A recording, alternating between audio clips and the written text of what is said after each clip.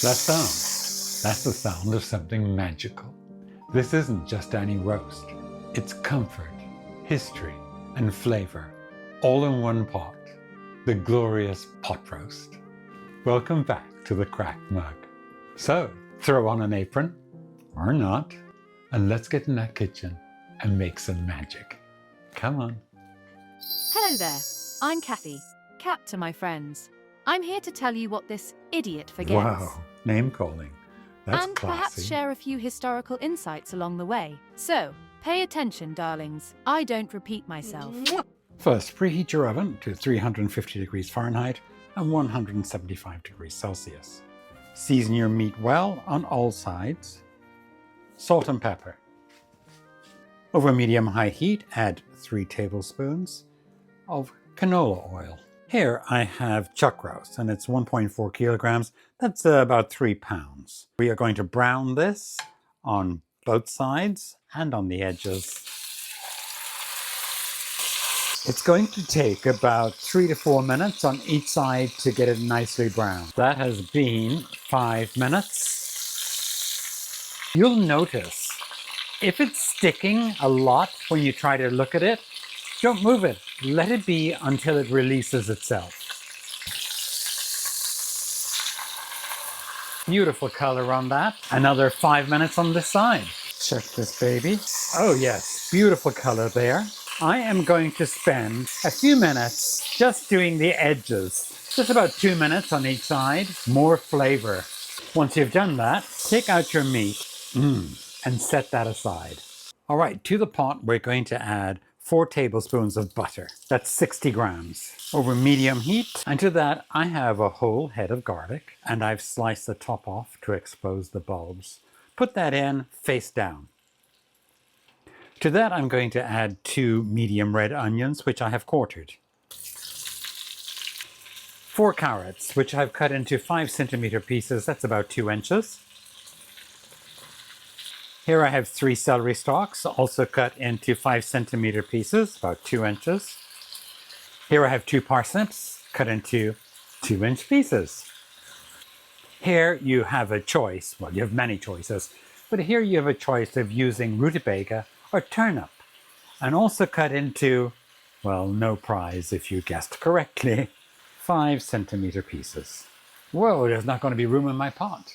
Here I have 8 ounces of cremini mushrooms, just halved. Let's just stir these up so they're all nicely coated.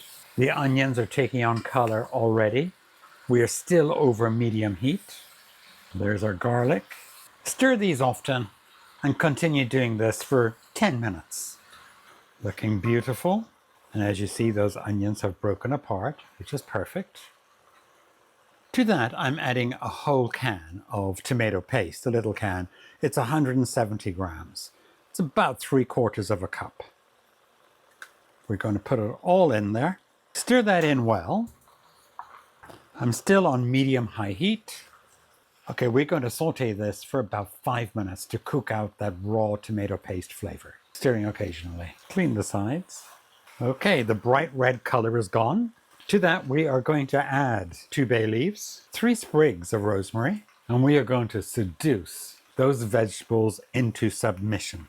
With 475 milliliters, that's about 2 cups of red wine, I'm using a Cabernet. Turning the heat to medium-high and stir. I love cooking with red wine. Look at that, it is thickening already. Just going to stir this for about 3 minutes or so until we get that lovely glossy shine. How pretty is that? Take your time here. Gentle simmer. I've turned the heat down now to medium-low because it is simmering. Give this a good 5 minutes. Stir occasionally.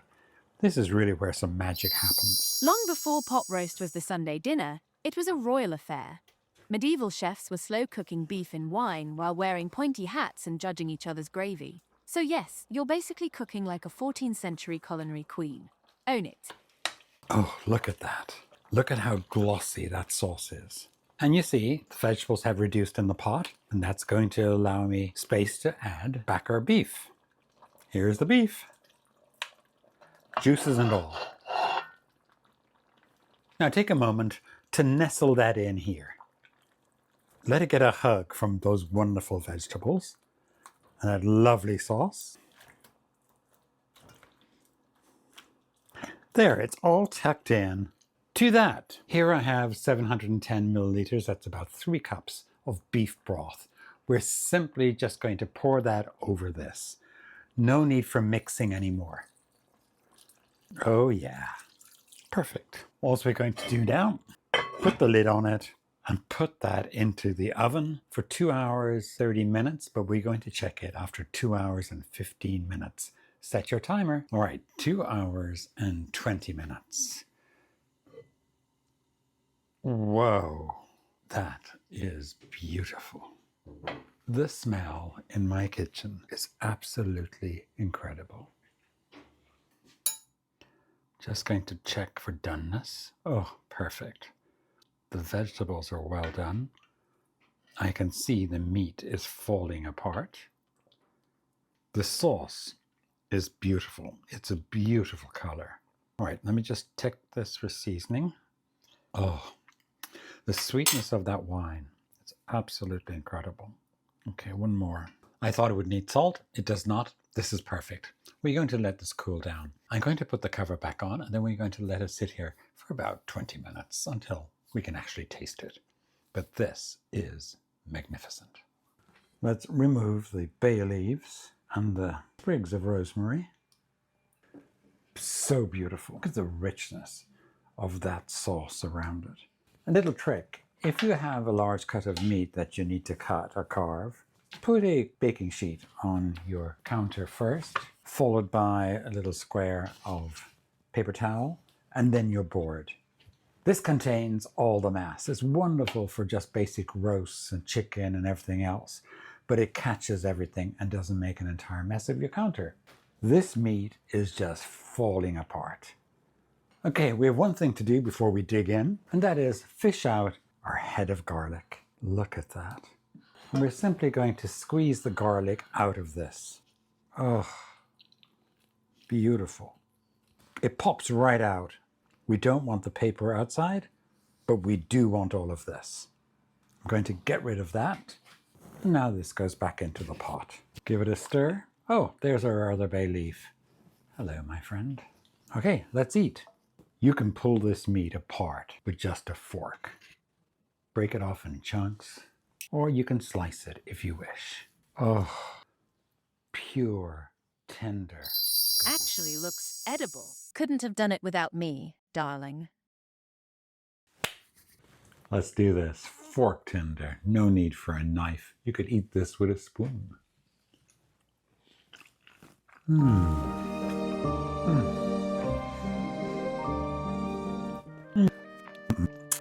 It's deep, rich, and comforting, like a hug from a medieval kitchen. This meat is ridiculously tender,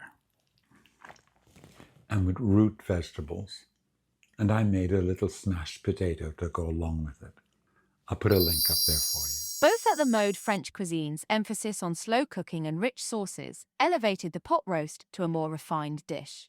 In the United States, pot roast became a staple of American comfort food, particularly in the mid-20th century. A recipe made perfectly simple by the brilliant Dutch oven. And the best part? It's so simple to make. A humble cut of beef, a few delicious root vegetables, and a bit of patience. That's it. You can hit this out of the ballpark. If you make this, be sure to let me know in the comments how yours turned out.